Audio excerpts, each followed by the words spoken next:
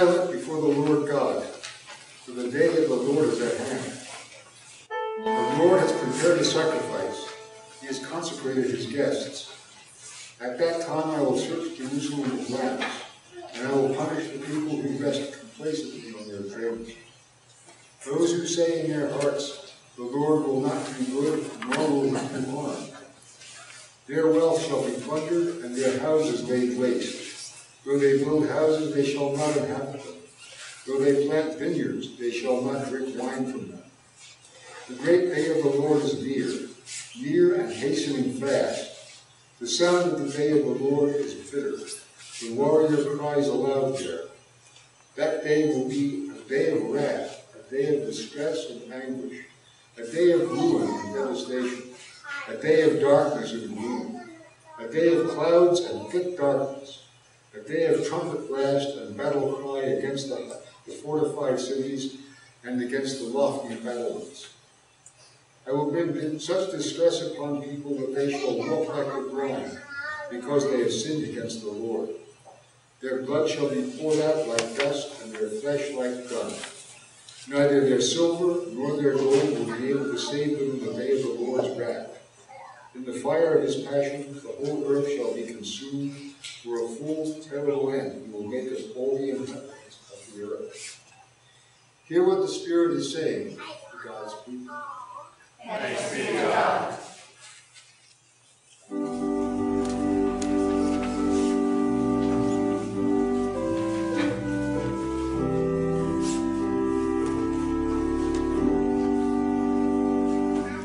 Teach us to number our days, that we may apply our hearts to wisdom. Teach us to number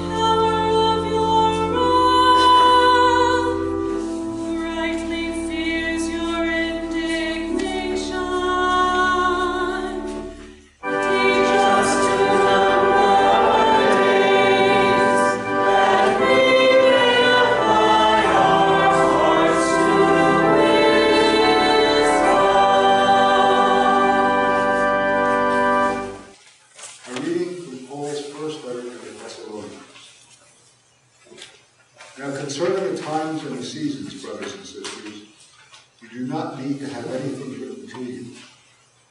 For you yourselves know very well that the day of the Lord will come like a thief in the night. When they say, there is peace and security, then sudden destruction will come upon them, as labor pains come upon a pregnant woman, and there will be no escape. But you, beloved, are not in darkness, for that day to surprise you like a thief. For you are all children of the light and children of the day.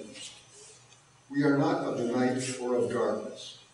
So then let us not fall asleep as others do, but let us keep awake and be sober. For those who sleep, sleep at night, and those who are drunk, get drunk at night. But since we belong to the day, let us be sober and put on the breastplate of faith and love, and for a helmet, the hope of salvation. For God has destined us not for wrath, but for obtaining salvation, through our Lord Jesus Christ, who died for us, so that whether we are awake or asleep, we may live with him.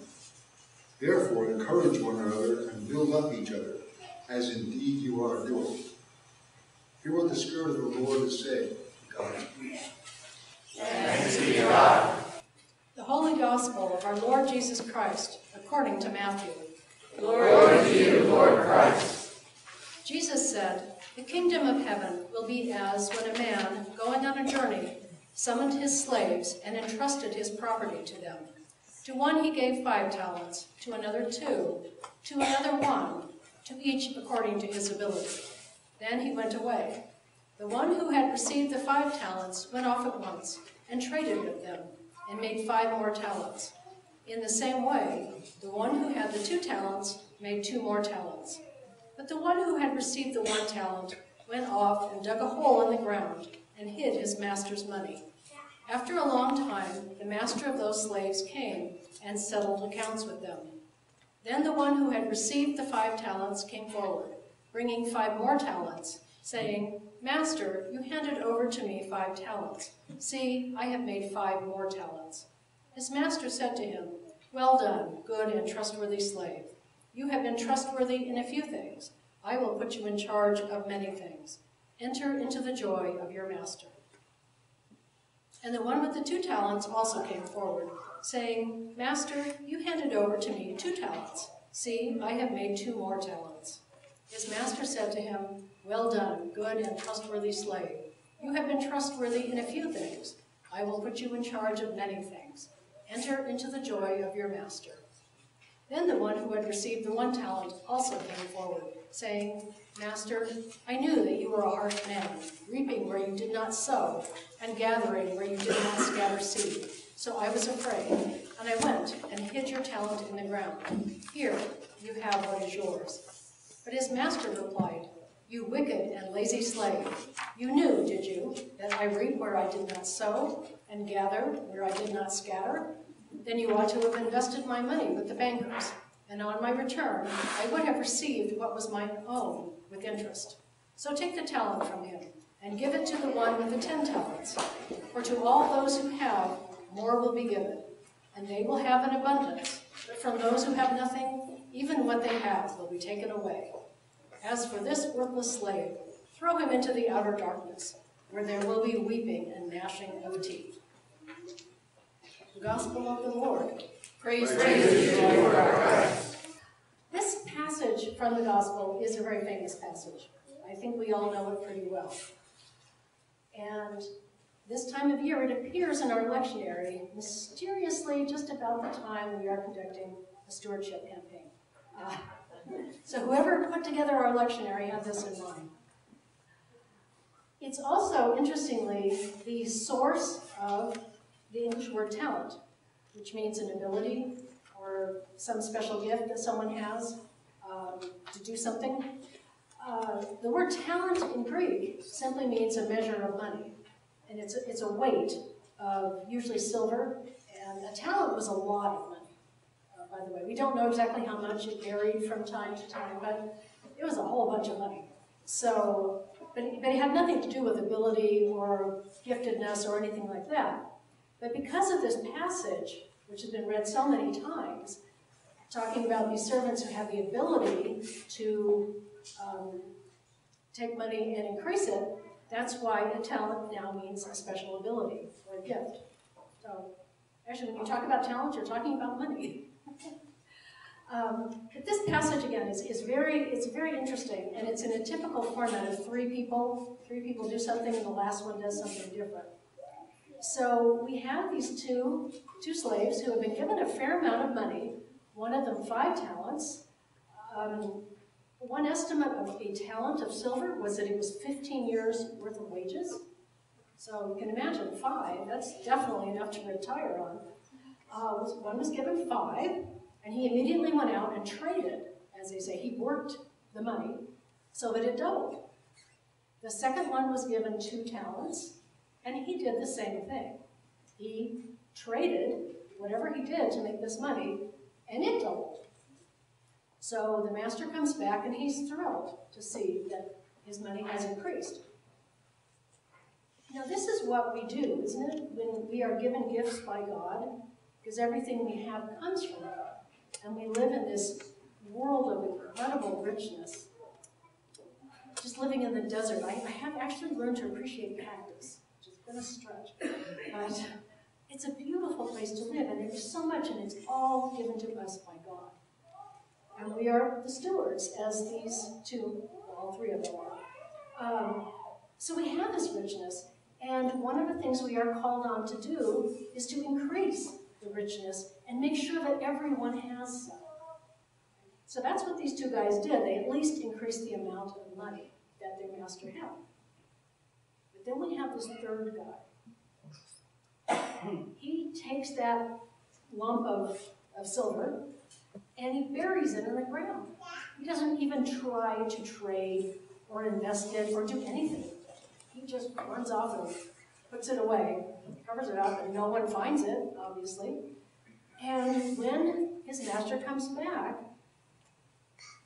he's dug it up, and he hands it to him, and he says, "Here is what is yours." And his master, as we know, is not pleased. But he says something else I think that is very important. He says, "Here's your money." He says, "I was afraid because I know you're harsh, and I know that you are dishonest, that you steal, you reap where you don't plant, you take crops from places that are not yours. You haven't done the work." So his master is a thief, but on a big scale, because he's obviously quite rich. So he says to him, "I don't want your tainted money. It's dirty. It's bad. So I stuck it in a hole and I left it there. And now you can have it back. But I want no part of it." I think that's what this man is saying. And imagine how much courage it took to say that. This is what we have been hearing, I don't know for how long, but a lot recently, about speaking truth to power. Because this man is his owner. These are slaves. And he has told him, "I want nothing to do with the way you do business." Now the other 2 slaves, we can assume, we don't know, but that they just did business the same way that the master did. That's where they learned. So they made all this money, but it's dirty money. It's made by thieving and cheating and who knows what else. So it's bad money. So this one person is able to stand up and say, "I want no part of it. This is not how you increase your wealth because you're hurting other people." Well, we know that the master says, well, throw him into outer darkness. Don't know if that happened or not. But I think there's an important piece of information here for us. We're in what we call stewardship season, which is ministry season. And this is a time when you don't just think about how much money you are giving to the church or to your other causes that you support. That's one thing that we do need in this world. It's pretty hard to run without money. But we think about what that money is going to do. Are we going to give our money to a drug cartel? Because unless they get arrested, you could probably make a lot of money that way. I kind of doubt that anyone here does that. But there are lots and lots of ways to make money. And the question is, are they aligned with God, what God wants us to do? Are they life-affirming? Are they life-giving? Do they make things better for everyone? Or are they cheating and stealing and gathering money in a lump for a very small group of people? It's pretty clear that God doesn't envision that as a good way to spread God's kingdom. We see in the Zephaniah reading, which was pretty scary, that the rich are not going to profit from their silver and gold. Because on the day of the Lord, when the Lord comes and says, "What have you done?" They're toast. But we do see from the letters to the Thessalonians, remember this is the good church, it's the one that Paul is not angry at, he says to them, stay awake, be sober, think about things. And that's what we're called to do. Think about what we're doing. Think about where the good causes are, where God's energy and life can spread further and further. We had an example this morning, the blanket ministry. People have frozen to death on Native American reservations. And the whole question of reservations is even bigger than that. But these people are in need, and for us to share with them is essential. This is not hoarding our money. It's using it well. So I think the story is about being brave, examining what we are doing, and really thinking, what is God calling us to do? It will be different for each one of us, although we have many common causes. Let's think. Let's not let our money or our time or our talents go in the wrong places. Think, and if you need to take a lot of time, take a lot of time, but let's do what God calls us to. And it may mean that we have to be very brave. That poor slave, who knows? But he was brave, and he has set an example for all of us that has lasted until now. So let's listen to his message too. Amen.